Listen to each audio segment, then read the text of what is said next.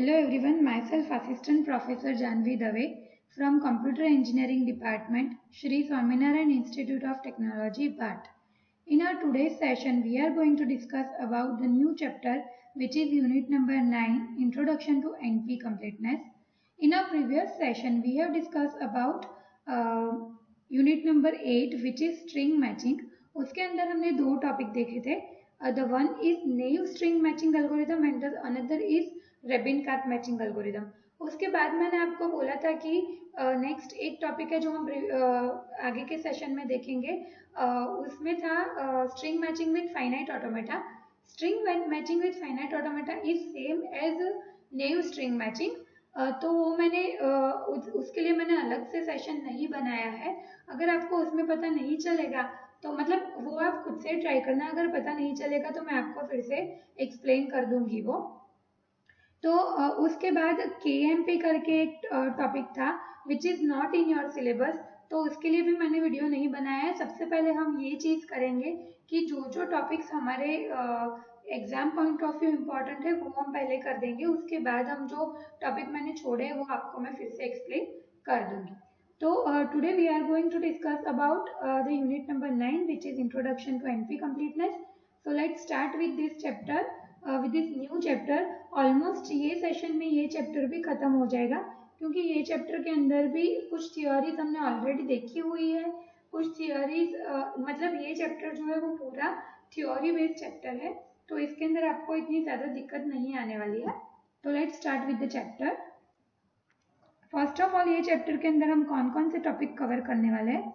तो देखो, the class P and NP, polynomial reduction, NP completeness problem, NP hard problem, traveling salesman problem, Hamilton problem, approximation algorithm. ये सारी चीज़ें हम ये चैप्टर के अंदर कवर करने वाले हैं.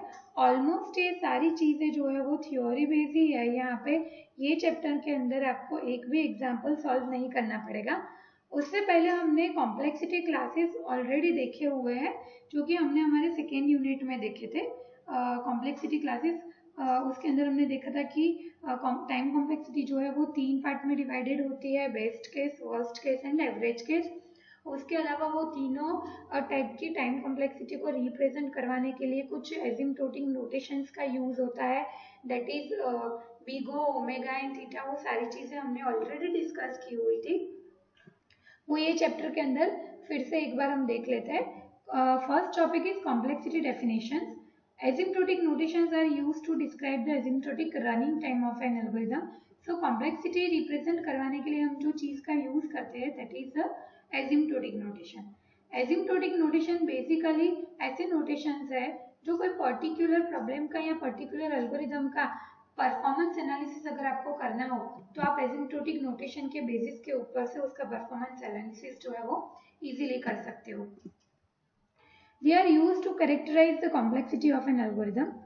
They are big O, big theta and big omega. इसके अलावा little O, little omega या फिर आप small O और small omega भी बोल सकते हो. वो दो और complexity क्लासेस है पर वो आपके सिलेबस में नहीं है तो उसके अंदर हम डीप में नहीं जाएंगे. अभी हमारे सिलेबस में ये 3 ही नोटेशंस है तो वो हम एक बार ब्रीफली देख लेते हैं. First notation is big O notation which represents the upper bound of your algorithm time complexity.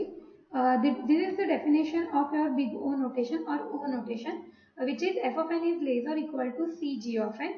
जहाँ पे f of n and g of n जो है वो दो नॉन नेगेटिव मतलब कि पॉजिटिव फंक्शंस है और c जो है वो आपका कांस्टेंट है which is पॉजिटिव कांस्टेंट.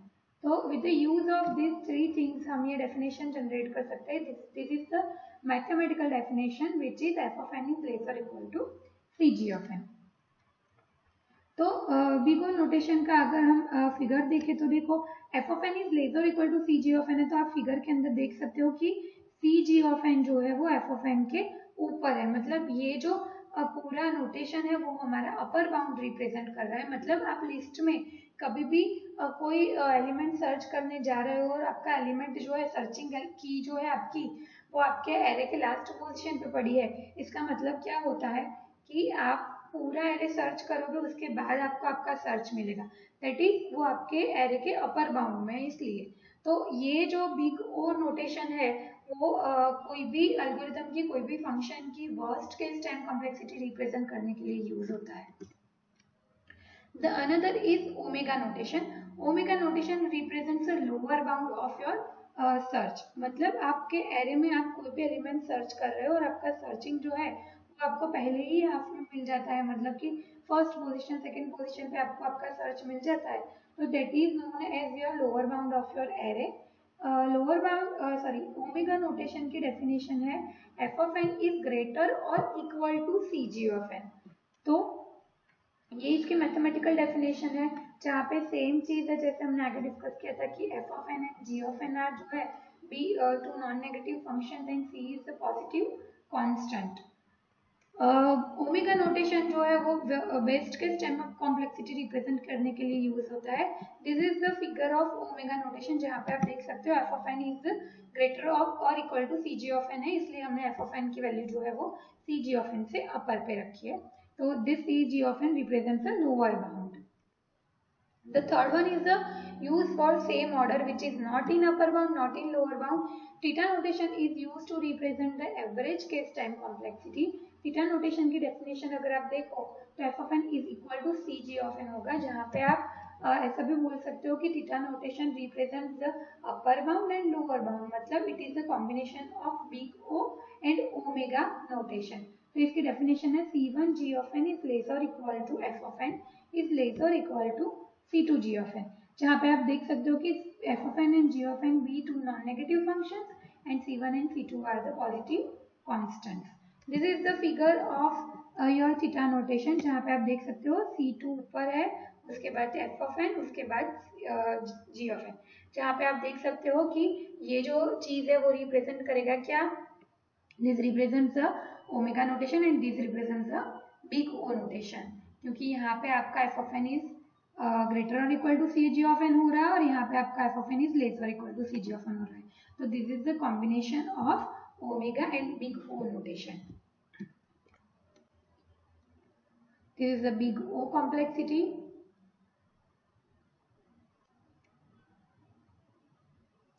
अब हमारा जो मेन टॉपिक है आगे के, हमने जो ये टॉपिक देखे ये ऑलरेडी हमने देखे हुए थे, तो उसमें आपको इतना डीप में जाने की ज़रूरत नहीं है. ये चैप्टर में से जो क्वेश्चन पूछा जाता है हर बार वो है PNP क्लासेस, जिसको आप ऐसा भी बोल सकते हो कि polynomial and non polynomial classes. और उसके अलावा यहाँ पे बस एक कंपैरिजन है NP hard and NP complete की, वो इम्पोर्टेंट है. तो एग्जाम पॉइंट ऑफ व्यू ये चैप्टर में से एक क्वेश्चन तो आता ही है हर बार, जो 7 मार्क्स में होता है. और वो कौन सा क्वेश्चन होता है, तो वो P मतलब एक्सप्लेन P और NP completeness, NP hard problem, और आपको ऐसे भी बोलते हैं कि explain P and NP problem with giving examples, comparison पूछ सकते हैं. उसके अलावा PNP NP complete and NP hard की डेफिनेशन 4 मार्क्स में आ सकती है. तो ये सारे मतलब ये एक ही क्वेश्चन है, घुमा फिरा के ये एक ही क्वेश्चन का आंसर, ये एक ही आंसर आपको हर क्वेश्चन में लिखना होता है. तो बेसिकली P प्रॉब्लम क्या है, तो P problem are the set of problems that can be solved in polynomial time by deterministic algorithm. तो आप ऐसा बोल सकते हो ये P प्रॉब्लम जो है, P problem are simple to solve and easy to verify होते हैं. Most of the problem we have discussed so far are the P type problems. मतलब P टाइप के प्रॉब्लम ऐसे होते हैं जो पॉलिनोमियल टाइम में सॉल्व हो सकते हैं, और उसका आंसर अगर आप देखो ना तो आंसर आपको यस और नो में मिलेगा within some amount of time. मतलब P टाइप के प्रॉब्लम ऐसे होते हैं कि जिसका आंसर आपको मिलेगा कि नहीं मिलेगा उसका आपको पता चल जाएगा, और अगर मिलेगा तो कितने टाइम में मिलेगा वो चीज़ भी आपको पता चल जाएगी.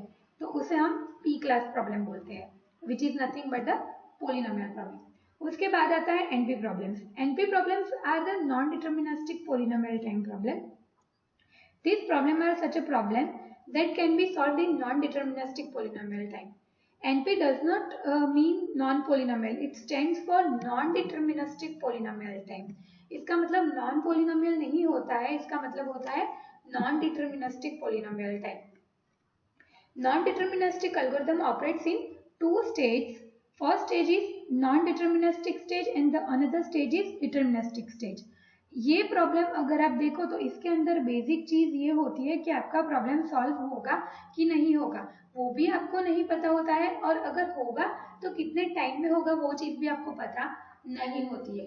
तो इसकी करेक्टनेस अगर आप चेक करने जाओ तो वो इजी है करेक्टनेस चेक करना, but if we are going to asking for the solution, then हम ये नहीं बोल सकते कि ये पर्टिकुलर प्रॉब्लम कितने टाइम में सॉल्व होगा या फिर सॉल्व होगा भी कि नहीं होगा। अगर उसके particular stage non deterministic stage की बात करें तो नॉन डिटर्मिनिस्टिक स्टेज का दूसरा नाम होता है गैसिंग स्टेज, और डिटर्मिनिस्टिक स्टेज का दूसरा नाम है वेरिफिकेशन स्टेज। गैसिंग स्टेज में क्या होगा, for any input some solution is generated which can be thought as a candidate solution।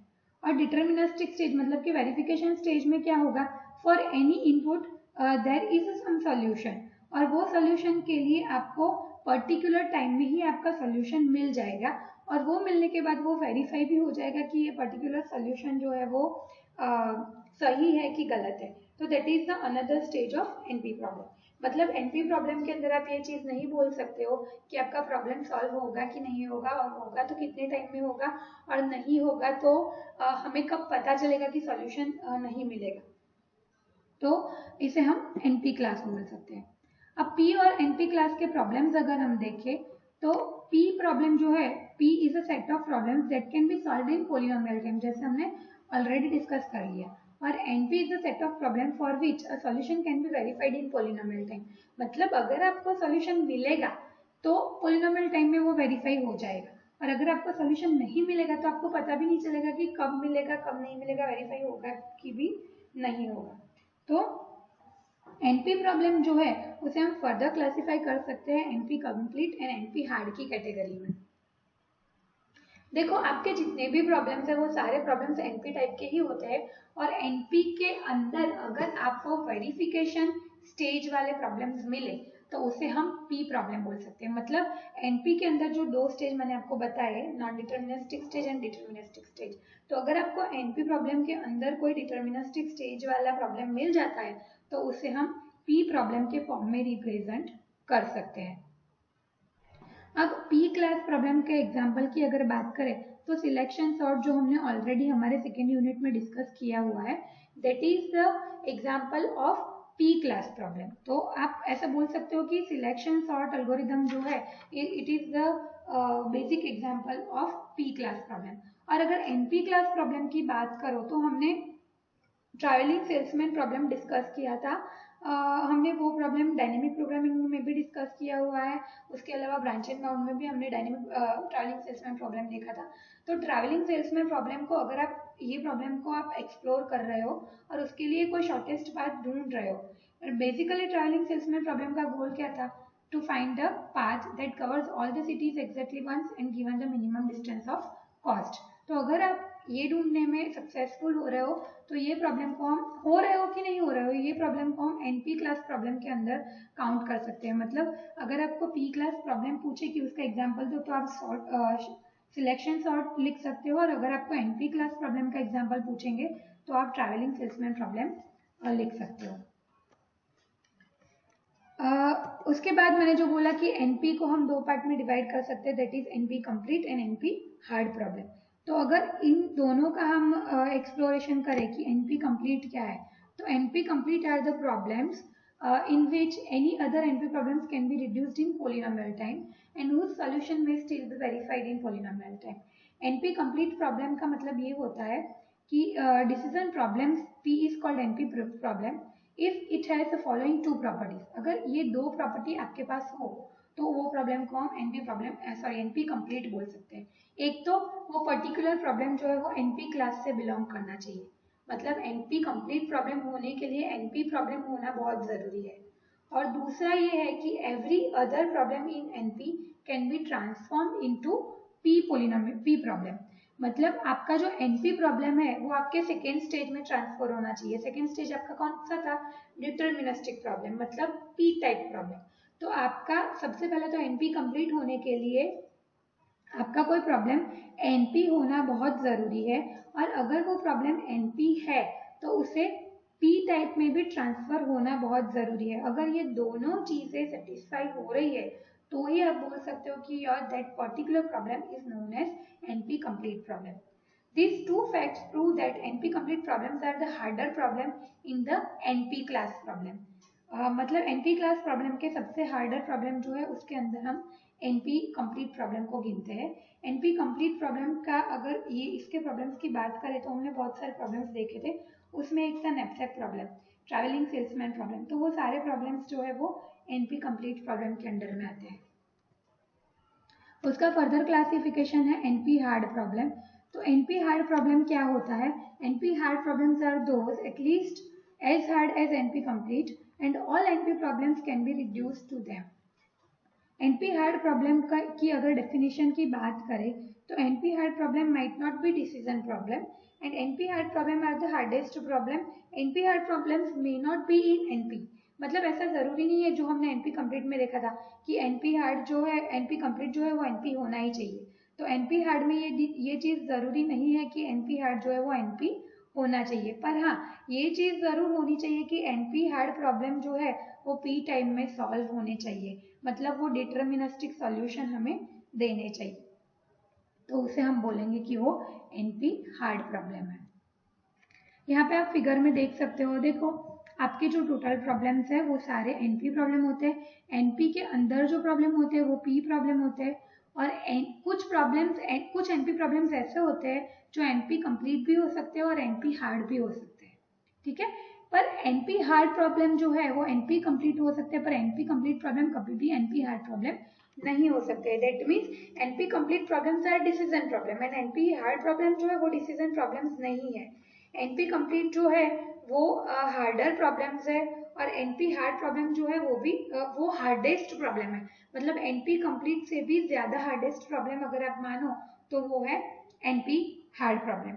NP complete problem are in NP and but NP hard problem are not in NP, मतलब आप NP complete को NP problem बोल सकते हो, NP complete को NP hard बोल सकते हो, पर NP हार्ड को कभी NP कंप्लीट या NP प्रॉब्लम नहीं बोल सकते हो। तो आपको ये चीजें जो मैंने बोली है वो याद रखनी पड़ेगी। NP कंप्लीट और NP हार्ड के एग्जाम्पल की बात करें तो 3 सेटिस्फैक्शन प्रॉब्लम जो है वो NP कंप्लीट प्रॉब्लम है एंड होल्टिंग प्रॉब्लम जो है वो NP हार्ड प्रॉब्लम है। अब ये दोनों प्रॉब्लम क्या है वो मैं अभी आपको डिप में नहीं एक्सप्लेन करने वाली हूँ क्योंकि अभी इसका हमें कोई यूज नहीं है। हाँ, हैमिल्टन प्रॉब्लम हम आगे देखेंगे, पर अभी के लिए हम इतना ही रखेंगे।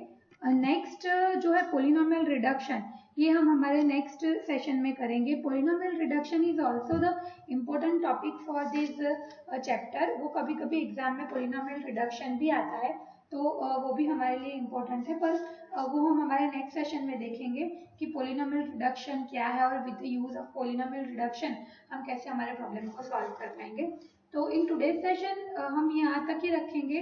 तो अगर आपको ये थ्योरी में पता नहीं चल रहा है, ये एक बार फिर से वीडियो आप सुनना, क्योंकि आपको NP complete NP hard in सब में बहुत सारा थोड़ा प्रॉब्लम होगा, तो ये चीज़ आप अच्छे से देख लो। अगर नहीं पता चल रहा है तो हम इसे फिर से डिस्कस करेंगे। वीडियो को बार बार चला के देखो तो आपको पता चल जाएगा कि एग्जैक्ट प्रॉब्लम्स क्या है। तो thank you for watching today's session and stay connected for the next videos guys. In a next session हम ये चैप्टर खत्म कर देंगे, उसके बाद हम हमारा जो ग्रिडी प्रोग्रामिंग है वो स्टार्ट करेंगे, that is our last chapter. तो thank you for watching the today session and stay connected for the next videos guys. Thank you.